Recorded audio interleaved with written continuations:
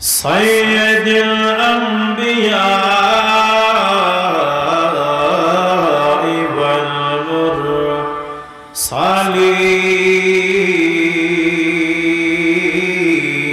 والمرسلين والصلاة والسلام على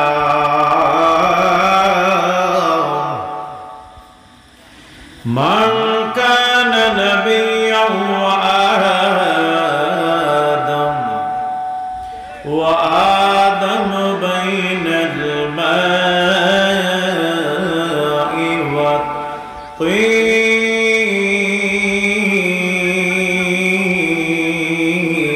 والطين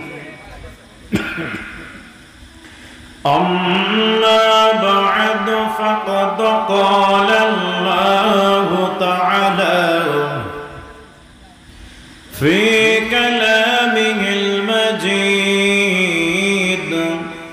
وفي فرقانه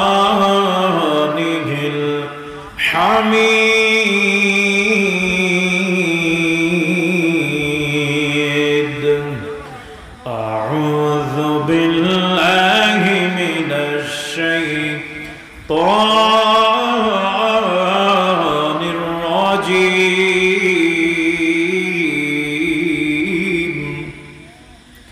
بسم الله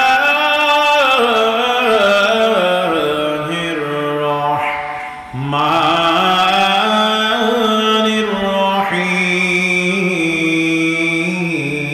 الرحيم فصل لربك وانحر وقال تعالى في شان حبيبه ومحبوبه ومعشوقه آمرا ومخبرا إن الله وملائكته يصلون على النبي يا أيها الذين آمنوا صلوا عليه وسلموا تسليما اللهم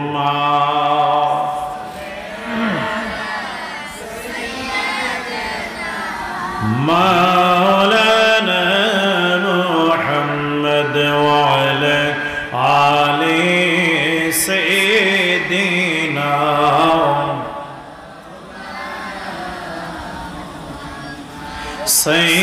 سيدنا شفيعنا حبيبنا جري وعلى آل سيدنا আমার স্বপ্ন যদি হয় গো পূরণ ধন্য হবে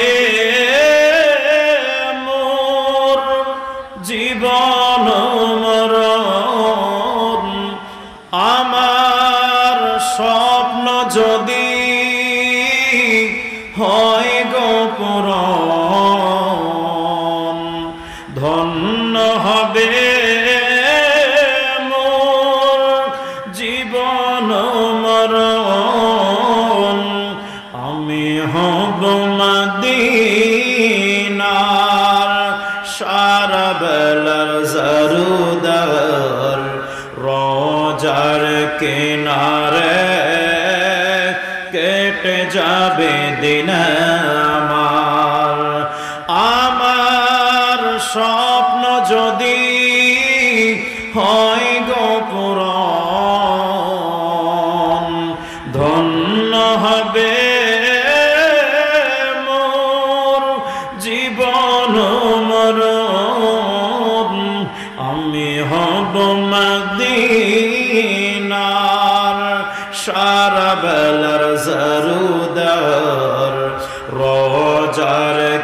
কিনারে কেটে যাবে দিন আমার, আমি হব রাসূলের রোজার চৌকিদার, হতে পারি যে নায়ক শাফাতের দাবিদার, আমি হব রাসূলের রোজার চৌকিদার, হতে পারি যে নায়ক শাফাতের দাবিদার।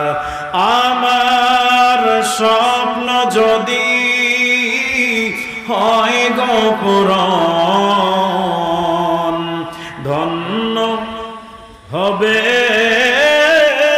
মোর জীবন মরণ, আমি হব মদিনার সারা বেলার জারুদার, রোজার কিনারে কেটে যাবে দিন আমার। আল্লাহুম্মা সাল্লি আলা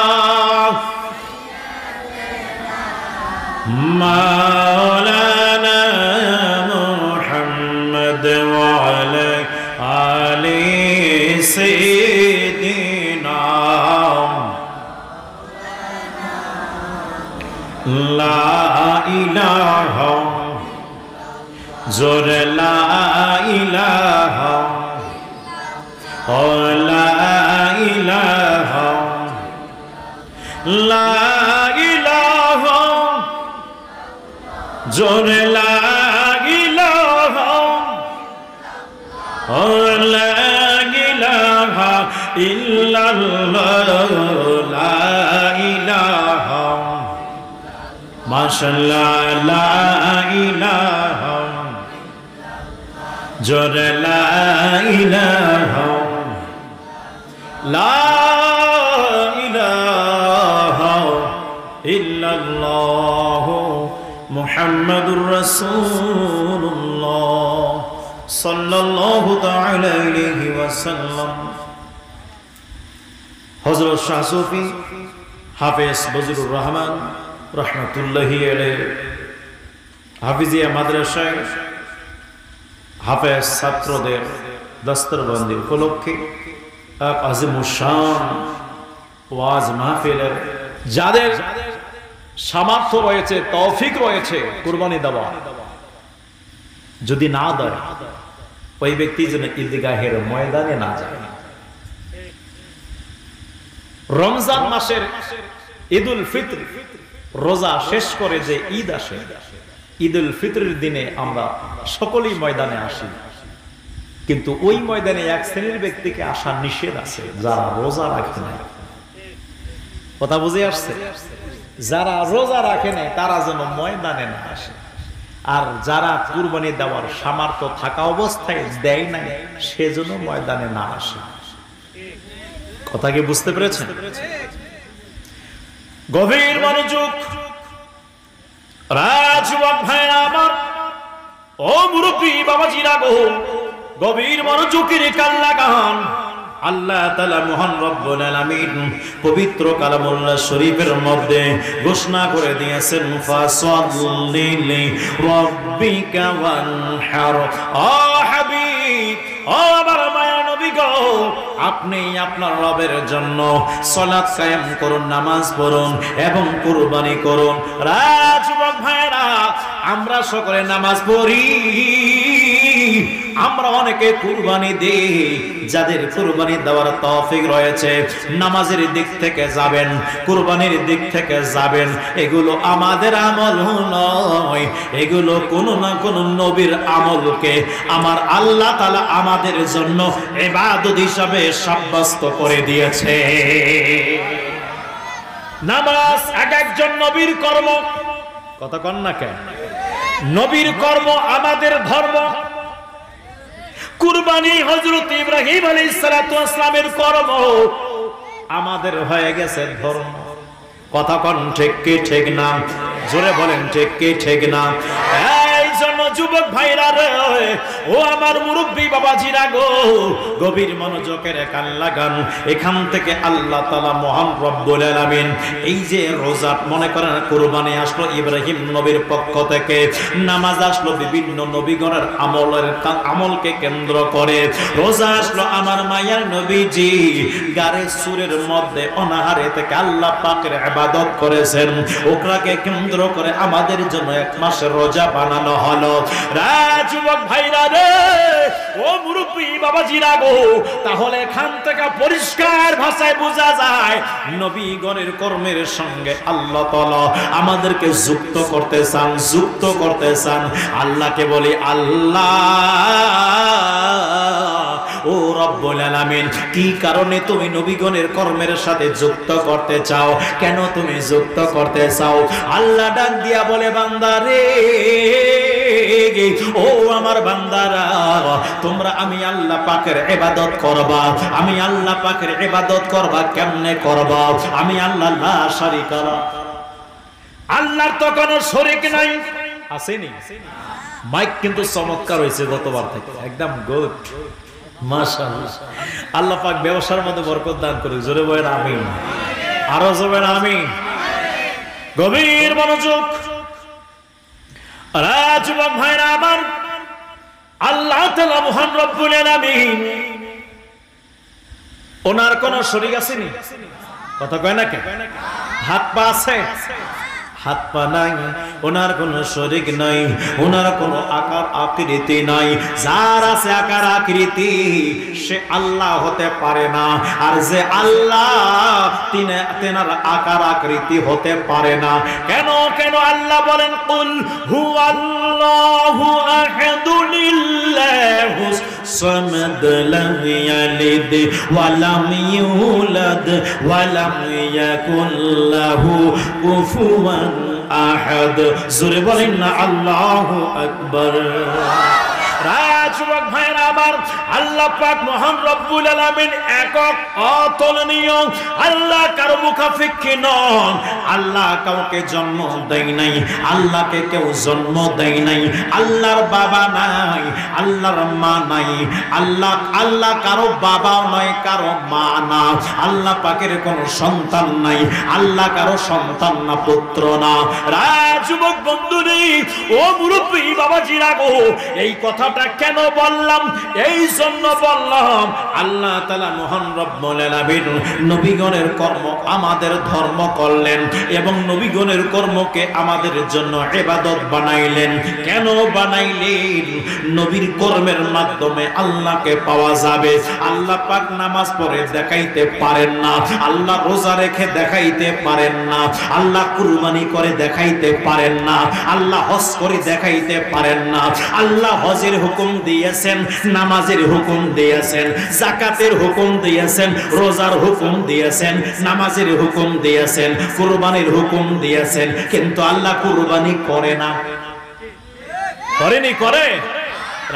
যুবক ভাইরা রে, ও মুরব্বী বাবাজিরা গো, গভীর মনোযোগের কান লাগান। আল্লাহ পাক মহান রব্বুল আলামিন যেহেতু এই সমস্ত আমল করেন না, আমরা একজনের নকল করব। নকল তো তার করা হয় যার লেখা, যার যদি আপনি কোনো লেখকের লেখাটা, রাইটিংটা যদি আপনি নকল করতে চান, আগে আপনাকে লেখাটা দেখতে হবে। কোনো বক্তার বক্তব্য যদি নকল করতে চান, ওই বক্তার বক্তব্য শুনতে হবে। কোন গায়কের গান যদি নকল করতে চান, তাহলে গায়কের গানটা শুনতে হবে। কথা বলেন ঠিক কি ঠিক না? আল্লাহকে বলি, আল্লাহ তোমার ইবাদত করব, কেমনে করব? আল্লাহ বলে দেয়, বান্দারে, তুমি তো ডাইরেক্ট আমি আল্লাহ পাককে দেখতে পারবা না। আমি আল্লাহ নামাজও পড়ি না, যে নকল করবা কেমনে? এই জন্য যাও যাও যাও, আমার নবীর কদম মোবারকে যাও। কুল ইন কুনতুম তুহিব্বুনাল্লাহ ফাত্তাবিউনি ইউহিব্বুকুমুল্লাহ ওয়া ইয়াগফির লাকুম যুনুবাকুম ওয়াল্লাহু গফুরুর রহিম।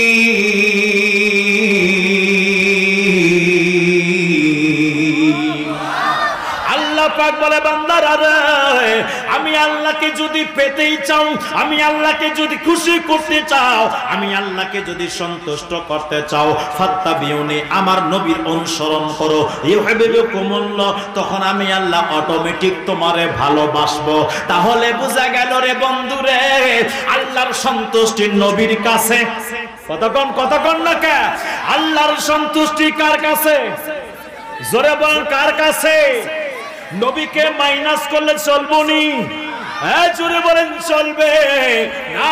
না, যেই ব্যক্তি নবীকে মাইনাস করতে যাবে ওই ব্যক্তি জান্নাত থেকে মাইনাস হয়ে যাবে, ওই ব্যক্তি হাউজে কাউসার থেকে মাইনাস হয়ে যাবে, ওই ব্যক্তি আল্লাহর নিয়ামত থেকে মাইনাস হয়ে যাবে, ওই ব্যক্তি আমার নবীর শাফাত থেকে মাইনাস হয়ে যাবে। কথা বলেন ঠিক কি না? দুই হাত তুলে বলে ঠিক কি না? আলোচনা কি বুঝতেছেন? আমি এখনো ঘটনায় যাই নাই, শুধু জাস্ট মাঠটাকে গুছাচ্ছি। নবীর কর্ম আমরা কেন নকল করব? কি কারণে নকল করব? কারণ আল্লাহ নামাজ পড়ে আপনাকে আমাকে দেখাবে না, এটা আল্লাহর কর্ম না। কতক্ষণ না কে? আল্লাহ কুরবানি করে দেখাবে না, আল্লাহ রোজা রেখে দেখাবে না। তা আপনি যে নকল করবেন, কার নকল করবেন? যাকে দেখবেন।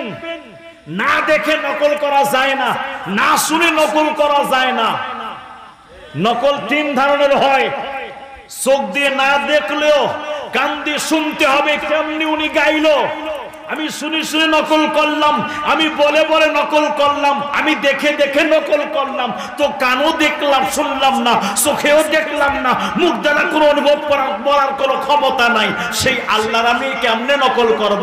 আল্লাহ বলে দেয়, বান্দারে আমার নকল তুমি করতে পারবা না। তুমি নকল যদি করতে চাও আমার হাবিবুল্লাহ নকল করো। আমি হাবিবুল্লাহর মাঝেই আমি আল্লাহ আসি। কথা বলেন ঠিক কি না? নবী মানলেই আল্লাহ মান, ঠিক কিনা? এ ডালিয়াবাসী বলেন, নবী মানলেই আল্লাহ মান হবে কিনা? যারা নবী বিদ্বেষী কথা বলে বুঝবেন ও মালে বিক্রি হয়ে গেছে। কথা বলেন ঠিক কিনা? এই জন্য সাবধান, ইমানটাকে মজবুত করবেন। করবেন তো? সবকিছু হারাই গেলে পাওয়া যায় রে বাবা, ইমান হারাই গেলে পাওয়া যায় না। আর ইমান ছাড়া নামাজ, ইমান ছাড়া কবরে, হাসরে, মিজানে, পুলসেরাতে কোনো বেল নাই। হোক সে এমপি মন্ত্রী, হোক সে আমার মতো বক্তা, হোক সে বাইতুল মুকাররম মসজিদের ইমাম সাহেব, হোক সে মক্কা মদিনার ইমাম, যদি ইমান নিয়ে যেতে না পারে তাহলে সব বেকার হয়ে যাবে। কারণ ইমানের মাধ্যমে আমার পেহচান চলবে। কথা বলেন ঠিক কি ঠিক না? গভীর মনোযোগ যুবক ভাইরা, ও মুরব্বী বাবাজিরা গো, গভীর মনোযোগের কান লাগান। আল্লাহ তাআলা মহান রব্বুল আলামিন আপনার আমার দয়াল নবীর অনুসরণ করার জন্য বললেন, অনুকরণ করার জন্য বললেন। ওই নবীজির অনুসরণ করতে পারলে আল্লাহ পাওয়া যাবে। আল্লাহ পাক মহান রব্বুল আলামিন আমাদের থেকে সন্তুষ্ট হয়ে যাবে। জগৎবাসী, ও ডালিয়াবাসীরা, গভীর মনোযোগের কান লাগান। ওই রাসূলকে শুধু আমরাই ভালোবাসবো না, দাদা আমার রাসূলে পাক আমাদেরকে কত ভালোবাসেন, আমার মায়ার নবী কত মুহাব্বত আমাদেরকে করেন। গভীর মনোযোগ যুবক ভাইরা রে, ও মুরব্বী বাবাজিরা গো, আল্লাহর নবী বছরে যখন ঈদের দিন আসতো, ঈদুল আজহার দিন আসতো, আমার নবী কুরবানি দিতেন, আমার রাসূল কুরবানি করতেন, দুইটা করে কুরবানি করতেন। কয়টা? কয়টা? কয়টা? হ্যাঁ জোরে বলেন কয়টা? বড় কথা বলবো না ইনশাআল্লাহ, টেনশন করেন না। হ্যাঁ বড় কথা বাসি জোরে বলেন, আমার নবী কয়টা কুরবানি দিতেন?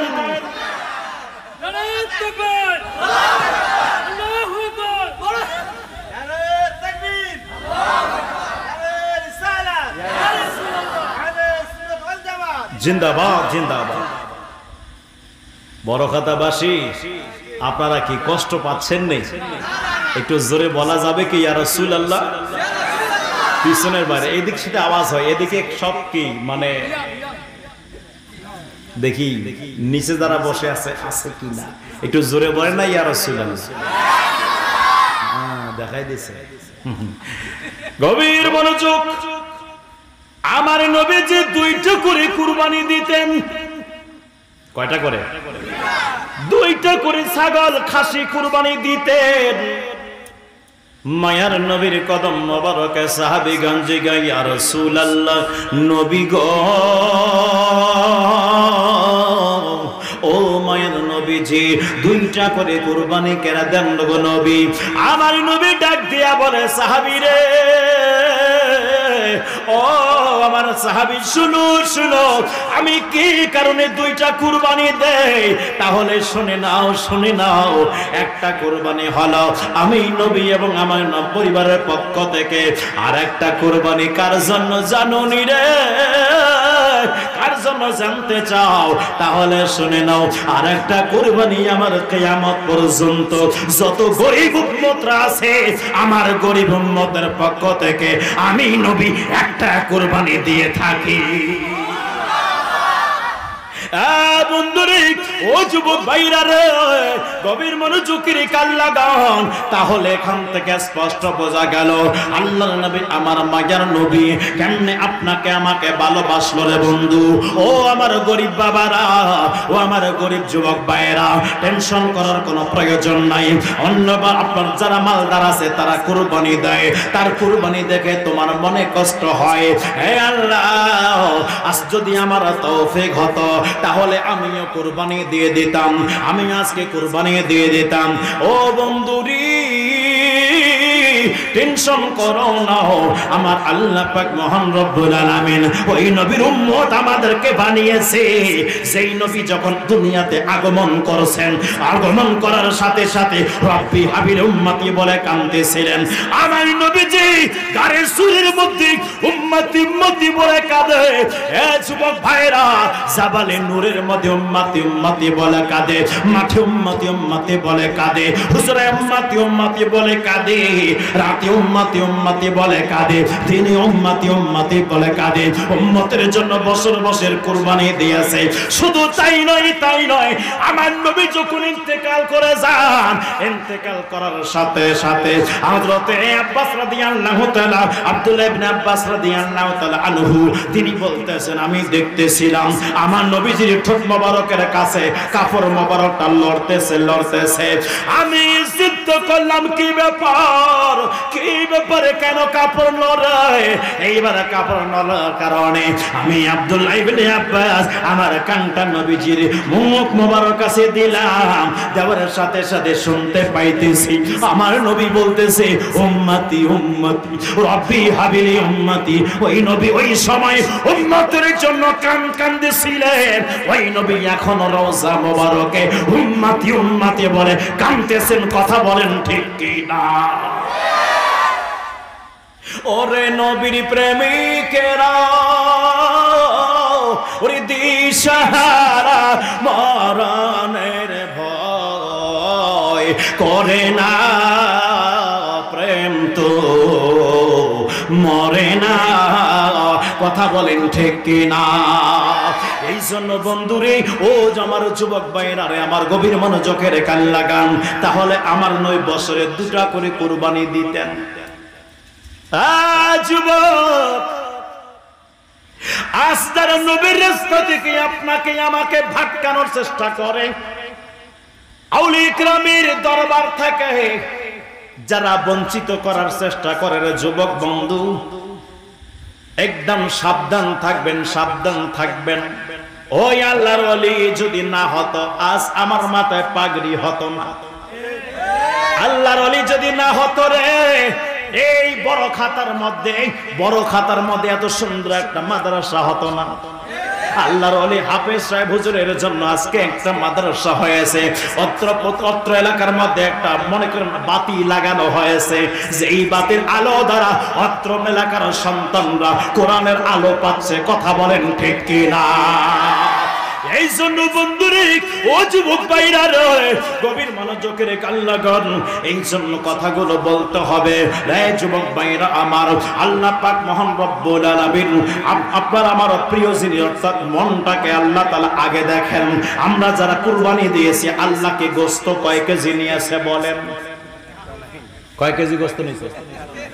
রক্ত, চামড়া। চামড়া তো তারা নাই যারা মানে না। এই জন্য সাবধান, চামড়া যারা সাহায্য করবেন না। কথা বলেন ঠিক কিনা? এই মাদ্রাসায় দিবেন, আপনাদের এই মাদ্রাসায় এখানে দিবেন। আলহামদুলিল্লাহ, বাচ্চারা আজ দেখেন, বাচ্চারা হাফেজ হচ্ছে। আজকে ওদের মাথায় দস্তবন্দি পাগড়ি পরানো হবে। হাফেজ কমপ্লিট হয়েছে, যার অর্থ দ্বারা একটা ছেলে যদি হাফেজ কোরআন হয়ে যায়, ওই সন্তান যতদিন থাকবে এবং যতজনকে হাফেজ করাবে, ওই হাফেজ সাহেব ওই হাফেজ সাহেবের মাধ্যমে যতগুলো হাফেজ বের হবে, এভাবে কিয়ামত পর্যন্ত যদি চলে, তো কিয়ামত পর্যন্ত সব হাফেজ সাহেবের তেলাওয়াতের সওয়াবগুলো আপনার কবরে আল্লাহ তাআলা পাঠাই দিবে। কি কষ্ট হয়? আশ্চর্য হচ্ছেন বুঝি? গভীর মনোযোগ। হযরত ইব্রাহিম আলাইহিস সালাতু ওয়াস সালাম, এনার বয়স যখন 80 বছর, কত জোরে কন না, 80 বছর বয়স, আল্লাহ তাআলা এখনো সন্তান দান করেন নাই। ইন দি মিন টাইমে উনি আল্লাহর কাছে দোকানা হাত বাড়ায় বললেন, রব্বি হাবলি মিনাস সালিহিন।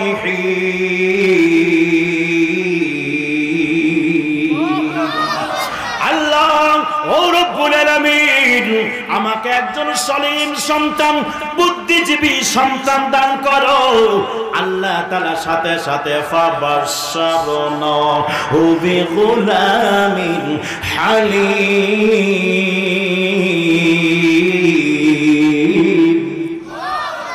আল্লাহ তাআলা একজন বুদ্ধিজীবী সন্তানের সংবাদ দিয়ে দিলেন। যুবক ভাইরা, অসংখ্য ঘটনা রয়েছে, ওই দিকে যাব না, ওই দিকে যাব না, বলার কিন্তু এত সময় নাই। যতটুক বলার প্রয়োজন ততটুক বলে দিচ্ছি। এইবার হযরত ইসমাঈল আলাইহিস সালাতু ওয়াস সালাম, আল্লাহ তাআলা বিবি হাজরার শিকাম মোবারকে দান করলেন। দান করার পর যেই মাত্র হযরত ইসমাঈল আলাইহিস সালাতু ওয়াস সালাম দুনিয়ার মধ্যে আগমন করলেন, আল্লাহ রাজুবক ভাইরা রে, ও মুরব্বি বাবাজিরা গো, হযরতে সারা, ইব্রাহিম খলিলুল্লাহর বড় স্ত্রীর নাম হলো হযরতে সারা। হযরতে সারা ডাক দিয়া বলেন, স্বামী, ও স্বামী জান, আপনার স্ত্রী সন্তানকে এখান থেকে অন্য কোথাও রেখে আসেন। যদি না রাখেন তাহলে আমি এখানে থাকবো না, অন্য জায়গায় চলে যাব। রাখেন, চলে আসেন। আল্লাহ ডাক দিয়া বলে, জিবরাইল, ও জিবরাইল, তাড়াতাড়ি চলে যাও, তাড়াতাড়ি চলে যাও, আমার বন্ধু খলিলুল্লাহর কাছে চলে যাও। যে ডাক দিয়া বলো, আমার বন্ধুরে বলো, সারা যে পরামর্শ দিয়েছে আমি আল্লাহ তাআলা কবুল করে নিয়েছি। গভীর মনোযোগ। ইব্রাহিম খলিলুল্লাহ আলাইহিস সালাতু ওয়াস সালাম, এইবার তিনি ওনার স্ত্রীকে বললেন, বিবি হাজারা, সন্তানকে রেডি নাও এবং আপনি রেডি হয়ে যান। কোথায় যাব? বলে, চলেন আপনাকে রেখে আসবো। কোথায় রাখবেন? বলে, চলেন দেখতে পারবেন। এইবার যখন আস্তে আস্তে করে চলে আসলেন মরুভূমি এলাকায়, না সে কোনো গাছপালা, না সে কোনো ফল ফলাদি, না সে কোনো খাবার পানি, কোনো কিছু নয়। ওই জায়গার মধ্যে রাখার পরে চলে যাইতে লাগলেন। হযরতে হাজেরা ডাক দিয়া বললেন, খলিল, ও খলিল, দাঁড়ান দাঁড়ান, কি ব্যাপার, কোথায় যাচ্ছেন? এখানে রেখে আমাদেরকে নিয়ে যাবেন না? বলে, না না, নিয়ে যাব না। আরে দাঁড়ান তো, কোথায় যাচ্ছেন? বলে, আমি চলে যাচ্ছি। বলে, আমি চলে যাচ্ছি। বলে, আমরা এখানে থাকবো কেমনে? কি খাবো? কিভাবে আমরা থাকবো? এখানে তো মানুষের কোনো বসবাসের স্থান নাই। খলিল, ও আমার স্বামী গো কোথায় যাচ্ছেন? এ কথা বলতে বলতে হযরত ইব্রাহিম খলিলুল্লাহ যখন যাইতেছেন, শুনতেছেন না, কথা শুনেন না, তারপর যাইতে আছেন। বিবি হাজারা ডাক দিয়া বলেন, খলিল দাঁড়ান দাঁড়ান দাঁড়ান, একটু কথা আমার একটা শুধু উত্তর দিয়ে চলে যান। আপনার মসজিদে রেখে যাচ্ছেন না আল্লাহ পাকের হুকুমে রেখে যাচ্ছেন? শুধু এতটুকু বলে দেন। ও আমার স্বামী গো, বলেন আপনি কি নিজের ইচ্ছায় রেখে যান না আল্লাহর ইচ্ছায় রেখে যাচ্ছেন? ইব্রাহিম খলিলুল্লাহ এ কথা শোনা মাত্রই থেমে গেলেন, মুখটাকে ঘুরাইলেন, চেহারা মোবারক ঘুরাইলেন। ঘুরার পর ডাক দিয়া বলে, হাজারা বিবি, ও আমার প্রিয়তমা, শুনো, আল্লাহ তাআলা আমাকে 80 বছর পরে একটা পুত্র সন্তান দান করেছে। তোমারে কত মহব্বত করে, সন্তানকে কত ভালোবাসি।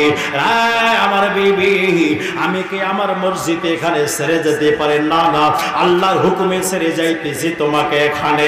এই কথা শোনা মাত্রই বলে, আসেন, এদিকে আসেন, এই যে পানি নিয়ে যান, এই যে খেজুর নিয়ে যান।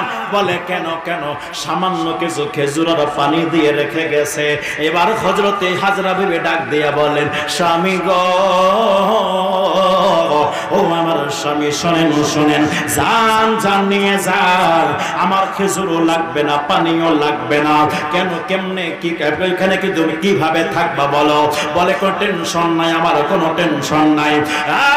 স্বামী গো, জানজনে করে নিয়ে যান, আমার পানিরও প্রয়োজন নাই, আমার খেজুরও প্রয়োজন নাই। কেন হাজারা, কেন? নিয়ে যান, সেই আল্লাহ তাআলা হুকুমে আপনি আমাকে এখানে রেখে যাইতেছেন। আমার বিশ্বাস, আমার আল্লাহ আমারে পান করাবে, আমার সন্তানকে পান করাবে, আমাকে খাওয়াবে, আমার সন্তানকে খাওয়াবে। যদি আজকে কোন স্বামী তার স্ত্রীকে রেখে বলে, থাকো, ঢাকা যাচ্ছি, 1 সপ্তাহের মধ্যে আসতেছি, বাসায় যদি কিছু রেখে না যায়, স্ত্রী বলবে, যেতে পারবা না, আমি 1 সপ্তাহ খামু কি? কথা বলেন ঠিক কিনা? আকীদা থাকতে হবে, আল্লাহ তাআলা হলো উত্তম রিজিক দাতা। কথা বলেন ঠিক কিনা? গভীর মনোযোগ। পানি লাগবে, পানি। কিভাবে পানি পান করা যায়? পানির প্রয়োজন হলো, এইবার হযরত ইসমাঈল আলাইহিস সালামের আম্মা জান হযরত হাজরা রাদিয়াল্লাহু তাআলা আনহা এইবার পানি নেওয়ার জন্য তিনি সাফা পাহাড়ে গেলেন একটা দৌড় দিয়ে। ওখান থেকে মারওয়া পাহাড়ে যান, আবার সাফা পাহাড়ে আসেন, আবার মারওয়া পাহাড়ে যান। বন্ধুরা রে আমার, ও আমার যুবক ভাইরা, গভীর মনোযোগের কান লাগান। এইবার হযরতে হাজরা আলাইহিস সালাতু ওয়াস সালাম তিনি বলছেন, আমি যখন পানির জন্য একবার সাফা পাহাড়ে যাই, একবার মারওয়া পাহাড়ে যাই, এই 2 পাহাড়ে যেতে 7টা চক্কর মারলাম। 7 চক্করের পর দেখি হযরত ইসমাঈল আলাইহিস সালাতু ওয়াস সালামের পায়ের গোড়ালি যেই জমিনের মধ্যে লাগতেছে, যেই জায়গার মধ্যে, ওই জায়গা থেকে পানি বের হইতেছে। আমি দৌড় দিয়ে আসলাম, আসার পরে এইবার পানিকে বললাম, আবে জামজাম। আপ মানে পানি, আপ মানে পানি, আপ ফার্সি ভাষা, আরবি হলো মাউন, ইংরেজি হলো ওয়াটার, বাংলা হলো জল। কথা বলেন না কেন? বাংলা হলো জল, জম মানে থামো। নোট করবেন বড় কথাবাসী, গভীর মনোযোগের কান লাগান। আল্লাহ তাআলার হুকুমে ইসমাঈল নবীর পায়ের আঘাতে পানি বের হয়েছে। পানি কার হুকুমে বের হয়েছে বলেন? জোরে বলেন, কার হুকুমে বের হলো? আল্লাহর হুকুমে বের হলো যে যদি কোনো ব্যক্তিরা এখানে থেকে থাকেন আল্লাহর অলিগণ কোনো কিছু করতে পারে না, আল্লাহর নবীগণ কোনো কিছু করতে পারে না, তাহলে এই জায়গার মধ্যে একটা দলিল নিয়ে নেন রে বন্ধু, মাইন্ডটাকে ফ্রেশ করেন, একটু চিন্তা ভাবনা করবেন, মরে গেলে নবী ওলি ছাড়া বাঁচতে পারবেন না, কবরে নবীকে ছাড়া বাঁচতে পারবেন না।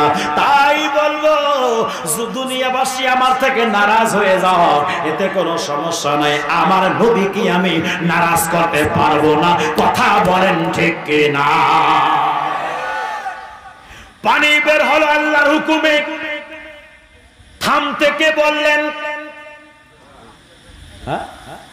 থামতে কে বললেন? হাজার কি আল্লাহ? পানি থামলো কে? আল্লাহর হুকুমে। আল্লাহ হুকুম দিছে, আল্লাহ তো বলছে পানি বের হয়, বের হয়। বিবি হাজরা বলে থাম, পানির কি কান আছে? শুনলো কেমনে? কথা কয় না। মুসা কালিমুল্লাহ রাস্তা দিয়ে যায়, পানি নিচের দিকে যাচ্ছে, আর পাহাড়ের উপরে একজন পানি পিপাসা কাতর হয়ে গেছে। মুসা কালিমুল্লাহ লাঠি দিয়ে পানিকে ঘুতা মেরে বলে, এই পানি তোমার প্রয়োজন উপরে, তুমি উপরে যেতে পারো না, খালি নিচে যাও। পানি সাথে সাথে উপরে রাস্তা ধরছে, পানি উঠে উপরে একদম পাহাড়ে। পানির মানে পানির উদ্দেশ্য কি, পানির ব্যবহার কি? সবসময় উঁচু জায়গায় যায় না নিচু জায়গায়? তো নিচুর পানি উপরে যায় কে? বুঝেন না?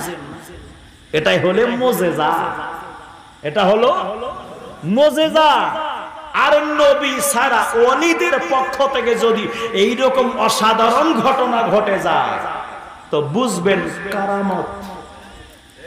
কথা কয় না কে? কষ্ট হয় বুঝি? আপনাদের কষ্ট হয়? গভীর মনোযোগ। আমার নবী ডাক দিয়া বলে, সাহাবারা রে, ও আমার সাহাবারা, শোনো শোনো, বিবি হাজরা যদি এ কথা না বলতো, আবি জমজম যদি না বলতো, ওখান থেকে এত পানি বের হয়ে যেত, এত পানি বের হয়ে যেত, এত পানি বের হইতো, গোটা আরব দেশের মধ্যে বন্যা হয়ে যাইত। বন্ধুরে, ও যুবক ভাইরা রে আমার, ওখান থেকে জমিন থেকে পানি বের হয়েছে, জমিন থেকে পানি বের হলো। হযরত ইসমাইল নবীর পা মোবারকের আঘাতের কারণে পানি বের হলো। এক যুদ্ধের ময়দানে পানি শেষ হয়ে গেছে। আল্লাহর নবীর কদম মোবারকে সাহাবী রাসূল জিগাইলো, ও মায় নবীজি, ও আমার মায়ের নবী, পানির প্রয়োজন আছে। কাউকে তৃষ্ণা যুক্ত, কারো তৃষ্ণা লেগেছে, কারো গোসলের প্রয়োজন আছে। ও নবী গো, কারো জোর প্রয়োজন আছে, একটু পানির প্রয়োজন আছে। আমার মায়ের নবী বলেন, সাহাবারা রে, ও আমার সাহাবারা, তাহলে একটু একটা পাত্র নিয়ে আসো। যখন পাত্র একটু পানি ছিল, ওই পাত্রের মধ্যে আমার নবী হাত মোবারক দিয়ে দেন। দেওয়ার পরে বললেন, যার যত পানি নেওয়ার প্রয়োজন তোমরা এই পাত্র থেকে এখন পানি নিয়ে নাও। 1600 সাহাবী রাসূল একটা লোটার পানি থেকে পানি নিল, কেউ গোসল করলো, কেউ উযু করলো, কেউ পান করলো, আবার স্টক করে রাখলো, তারপরে পানি কম হয় নাই। কষ্ট হচ্ছে বুঝছি? আমার ভাইরা, ইসমাইল আলাইহিস সালাতু ওয়াস সালাম ওনার আম্মা জান হযরতে হাজরা আলাইহিস সালাতু ওয়াস সালাম সাফা পাহাড়ে গেলেন, মারওয়া পাহাড়ে গেলেন, দুই পাহাড়ে সাই করলেন। আজ হজে যান কিংবা উমরাতে যান, যেই সাই করাটা হলো ওয়াজিব, সাই আপনাকে করতে হবে, যদি না করেন তো হজ সম্পূর্ণ হবে না। এই জন্য বন্ধুরে, এই যুবক ভাইরা আমার, কিন্তু সাফা পাহাড় মারওয়া পাহাড়ের ব্যাপারে আল্লাহ পাক কোরআনুল কারীমের মধ্যে বলেন, ইন্না সাফা ওয়াল মারওয়াতা মিন শাআইরিল্লাহ। আল্লাহ বলে সাফা পাহাড়, মারওয়া পাহাড় আমি আল্লাহর নিদর্শনাবলীর অন্তর্ভুক্ত। এত পাহাড় থাকতে দুই পাহাড় কেন আল্লাহর নিদর্শনের মধ্যে আসলো?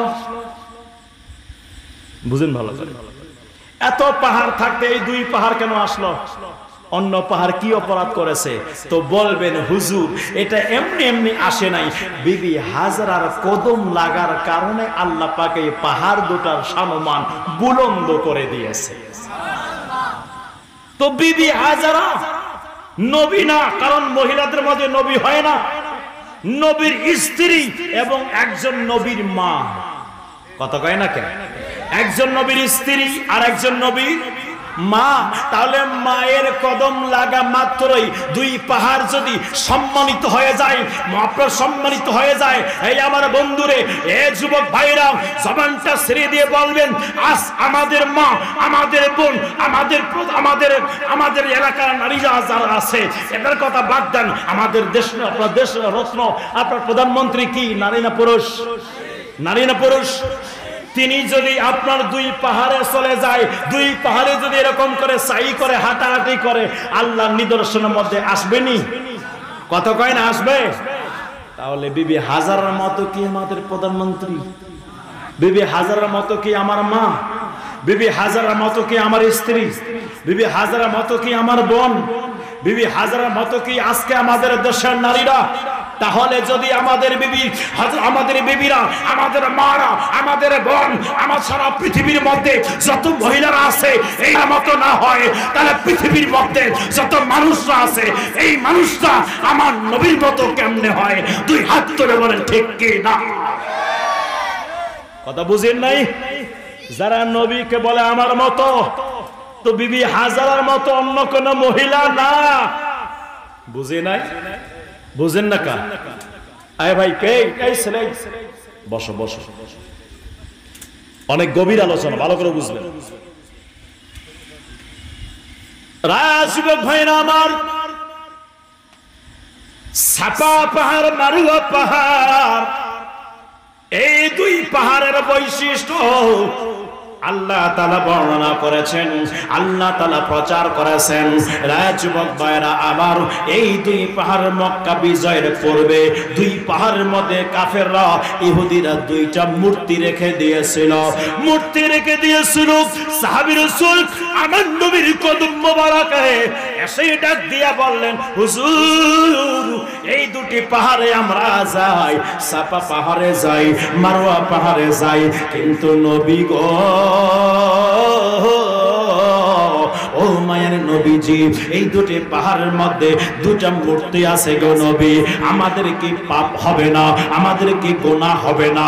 আমরা যে যাইতেছি আমাদের কি কোনো গুনাহ হবে না? আল্লাহ তাআলা ডাক দিয়া বলেন, জিবরাইল, ও জিবরাইল শোনো না, তাড়াতাড়ি চলে যাও, আমার বন্ধু নবীর কদম মোবারকে যাও, আমার নবীর কদম মোবারকে গিয়ে বলো আপনার উম্মতরা, আমার নবীর সাহাবারা নবীর জিগাইছে ওই পাহাড়ের মধ্যে দুটো মূর্তি রাখা আছে। পাহাড় যখন সাই করার জন্য যাবে, ইহুদিরা বলবে, ইহুদিরা কাফেররা বলবে, এরা আলেরা পাহাড়ে যায় না, আমাদের মূর্তির দিকে আসতেছে, আমাদের মূর্তিকে সম্মান করতেছে। না না, আমার আল্লাহ পাক বলে দেয়, আমি আল্লাহ তাআলা মনের নিয়ত দেখি, মনের উদ্দেশ্য দেখি, আমার ওই বান্দারা দুই পাহাড়ের মধ্যে যাবে, সাফা পাহাড়ে যাবে, মারওয়া পাহাড়ে যাবে, এই দুই পাহাড়ে যাবে, মূর্তির জন্য যাবে না। আমি আল্লাহ পাকের নিদর্শনা বলি, সাফা পাহাড়, মারওয়া পাহাড় সাই করার জন্য যাবে, এই জন্য কোনো গুনাহ হবে না। তাহলে নিয়ত, এই নোট করবেন, কাবা ঘরের ভিতরে 360টি মূর্তি ছিল। কয়টি মূর্তি ছিল? 360টি মূর্তি ছিল। আর বাহিরে তাওয়াফ চলছে। সাহাবী রাসূল জিজ্ঞাসা, ইয়া রাসূলুল্লাহ, এই কাবার ভিতরে মূর্তি রয়েছে, আমরা মূর্তি এই কাবা ঘরের বাইরে আমরা তাওয়াফ করছি, আমরা কি মূর্তির তাওয়াফ করছি? আল্লাহর নবী ডাক দিয়ে বলেন, রে সাহাবারা, না না, আমরা মূর্তির তাওয়াফ করছি না, আমরা কাবা ঘরের তাওয়াফ করছি। আমাদের হৃদয়ে কাবা, আমাদের মনে কাবা, আমাদের নিয়ত কাবা। তো অন্তরের হলো, নিয়তটাই হলো মেন। এই জন্য আজ যারা আমরা মাজারে যাই, ওলি আল্লাহকে মানি, ওলি আল্লাহকে আমরা আল্লাহ মনে করি না, আল্লাহ নেক বান্দা মনে করে এনাদের ওসিলা দিয়ে আল্লাহর কাছে দোয়া চাই। আমাদের নিয়ত হলো এনারা নেক বান্দা, আল্লাহ আল্লাহ আছে, নেক বান্দা আছে, ওলি ওলি আছে, নবী নবী আছে। কথা বলেন ঠিক কি ঠিক না?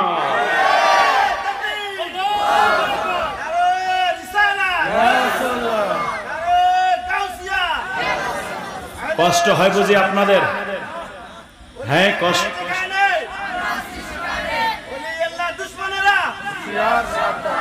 তাহলে মাজারওয়ালাকে কি আল্লাহ মনে করি? আজ আপনাদের এই মাদ্রাসার শরীফের মাদ্রাসার মধ্যে যেনার মাজার শরীফ রয়েছে হাফেজ বজলুর রহমান রহমাতুল্লাহ মাজার শরীফ, এনাকে কেউ আল্লাহ মনে করছে? কথা কন নাকি আপনারা? আল্লাহ মনে করছে? তো আজকে যারা বলে মাজারে যাওয়া শিরক, আরে শিরক বলে কাকে? আল্লাহর সাথে কোন সৃষ্টিকে তুলনা দেওয়া কিংবা কোন সৃষ্টিকে আল্লাহ মনে করা। তো আমরা আল্লাহর নেক বান্দাগণকে আল্লাহর সাথে তুলনাও দেই না, কোন নেক বান্দাকে আমরা আল্লাহ মনেও করি না। বাস আমরা এটাই মনে করি আল্লাহর নেক বান্দা, আল্লাহর প্রিয় বান্দা, এনার ওসিলা দিলে আল্লাহ দোয়া আমার কবুল করবে। কথা বলেন ঠিক কি না?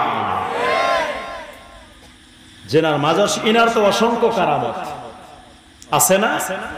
কারামত আছে না? না তাহলে কেমনে হলো? গভীর মনোযোগ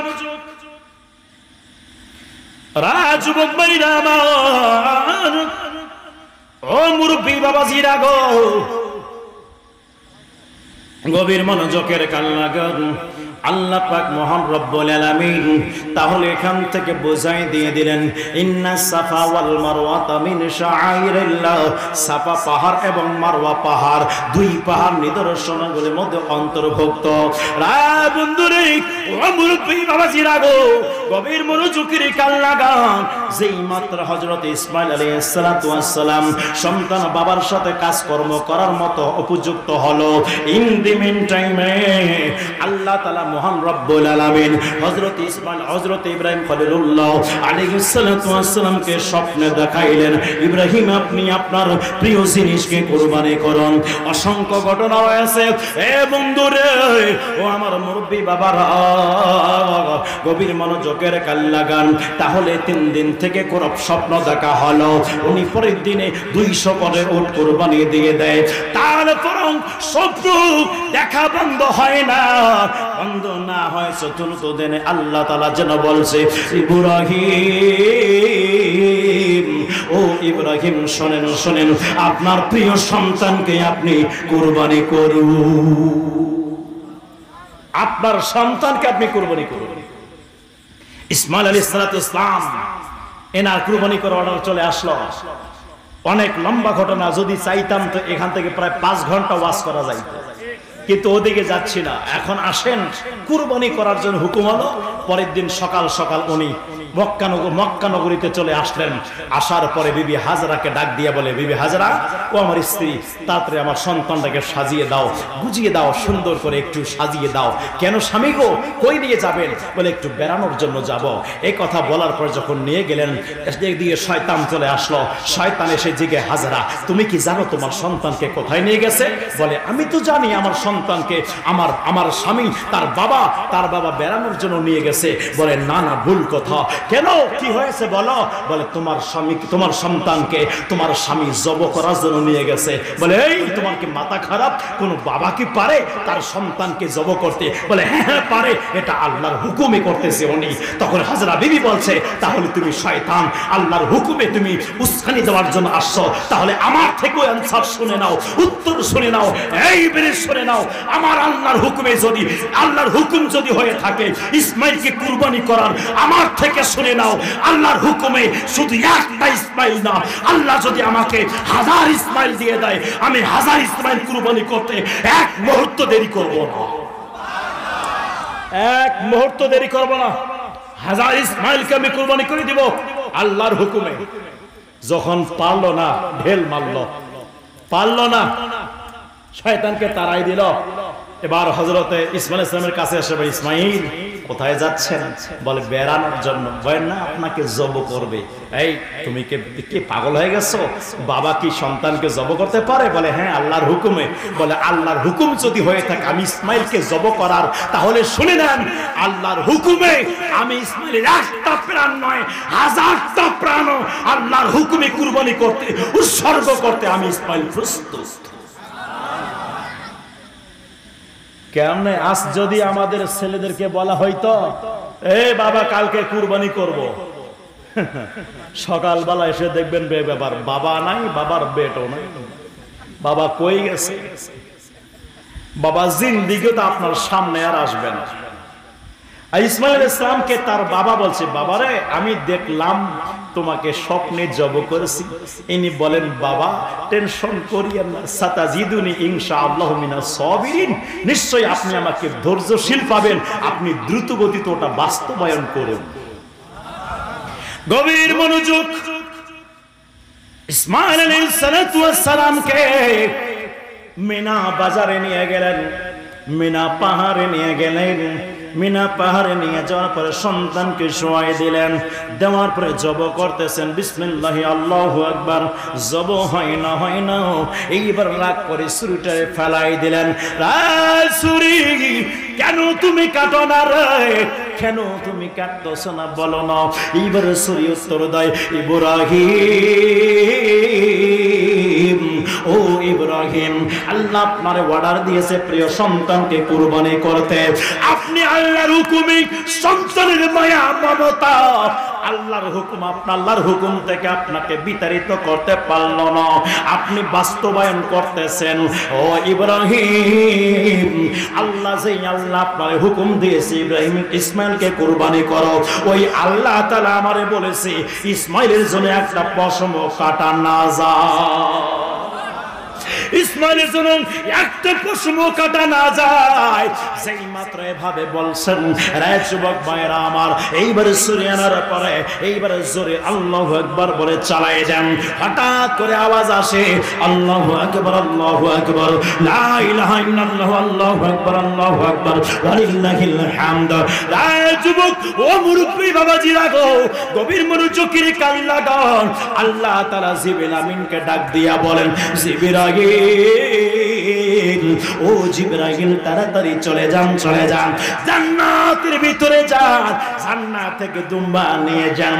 ইব্রাহিম খলিলুল্লাহ আমার ইসমাইলের গলার মধ্যে ছুরি চালাইতেছে, তাড়াতাড়ি ইসমাইলকে তুলে দুম্বাটা লাগাই দিয়ে দেন। সেই জায়গায় ইসমাইল শুয়ে আছে ওই জায়গায় দুম্বাকে সময় দিয়ে দেন। দুম্বা ইসমাইলের পরিবর্তে জব হয়ে যাবে, কিন্তু আমি আল্লাহ ইসমাইলের জব ইব্রাহিম খলিলুল্লাহর পরীক্ষা যিনি বাস্তবায়ন করেছে, আমি আল্লাহ ওনার কুরবানিকে কবুল করব। যুবক বন্ধুরে, ও মুরব্বি বাবাজিরা গো, গভীর মনোযোগের কান লাগান। জিবরিল আমিন আলাইহিস সালাতু ওয়াস সালাম উনি আছেন সিদরাতুল মুনতাহার মধ্যে। ছুরি চালাইতে বেশি সময় লাগবে না, মাত্র 1 সেকেন্ড 2 সেকেন্ড লাগবে। ইন দি মিন টাইমে সিদরাতুল মুনতাহা থেকে জান্নাতের মধ্যে জানো, জান্নাতে গিয়ে একটা দুম্বা নিয়ে আসলেন। দুম্বা আনার পরে ইসমাইলকে সরাই দিয়ে দুম্বা লাগাই দেন। একমাত্র 1 সেকেন্ডের মধ্যে ইসমাইল হযরত জিবরিল আমিন আলাইহিস সালাতু ওয়াস সালাম এতগুলো রাস্তা যদি পাড়ি দিয়ে আসতে পারে রে বন্ধু, যুবক ভাইরা, ও বড় খাতা মধুপুর যুবক ভাইরা রে আমার, গভীর মনোযোগের গভীর মনোযোগের কান লাগান। এইবার জিবরিল আমিন আমার দয়াল নবীর মেরাজের রাতে বলে, ইয়া রাসূলুল্লাহ আমি যেতে পারবো না, আপনি চলে যান, চলে যান। আল্লাহর নবী ডাক দিয়া বলেন, জিবরাইল কেন তুমি যেতে পারবে না? এই জন্য আমি যেতে পারবো না গো নবী, যদি আমি চলে যাই আমার 650 ডানা জ্বলে পড়ে সরকার হয়ে যাবে, আমি যেতে পারবো না, আপনি চলে যান। আমি কি জ্বলবো না? না হুজুর, না না, যে আপনার আমি চলে যাব, কারণটা হলো এটাই, আমার থেকে সামনে যে নূরের জগৎটা রয়েছে ওই নূরের জগতের পাওয়ার বেশি আছে, যদি আমি চলে যাই আমি জ্বলে পড়ে সরকার হয়ে যাব, আপনি চলে যাবেন, পড়বেন না, পড়বেন না। কেন পড়ব না? এই জন্য পড়বেন না, আপনার নূর থেকে ওই নূরের জগৎকে আল্লাহ তাআলা বানিয়েছে। আমার নবী নূরের নবী মাটির নবী না, আমার নবী নূরের নবী মাটির নবী না, না ওই নবীকে নিজের মতো মনে করো না, বলো ওই নবীকে নিজের মতো মনে করো না। একটা জবানও বন্ধ ও রাখবেন না, চিৎকার করে বলেন ইয়া রাসূলুল্লাহ। এই যুবক ভাইরা আমার, জিবরিল আমিন যদি 1 সেকেন্ডে সিদরাতুল মুনতাহা থেকে জান্নাতে যেতে পারে, ওখান থেকে মিনা পাহাড়ে এসে ইসমাইলকে তুলে দুম্বা লাগাই দিতে পারে, জবানটা ছেড়ে দিয়ে বলবেন জিবরিলের চেয়ে আমার নবীর পাওয়ার বেশি। আমার নবী আকাই দু জাহাঁ সরকারে মদিনা, মদিনার জমিন থেকে আজ এই খাতামতিপুরে আসার ক্ষমতা আছে কি আছে না? দুই হাত তুলে বলে আছে কি আছে না?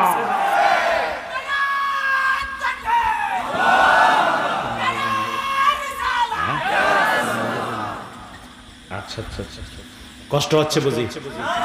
কষ্ট হয়? আসার ক্ষমতা আছে কিনা? আছে কিনা? কে দিয়েছে? আল্লাহ দিয়েছে। কে দিয়েছে? বড় জোরে বলেন না, কে দিয়েছে? আল্লাহ দিয়েছে। তাহলে জিবরিল আমিনের যদি এত ক্ষমতা হয় রে বন্ধু, তাহলে আল্লাহ তাআলা দয়াল নবীর কত ক্ষমতা দিয়েছেন। আমার আল্লাহ বলে আন-নাবী আওলা বিল মুমিনিনা মিন আনফুসিহিম, আল্লাহ বলে আমার নবীরে এমন পাওয়ার দিয়ে পাঠাইলাম, প্রত্যেক মুমিনের জানের চেয়ে বেশি নিকটে থাকার ক্ষমতা দিয়ে আমি আল্লাহ তাআলা পাঠিয়েছি। নারে তাকবীর, নারে রিসালাত, নারে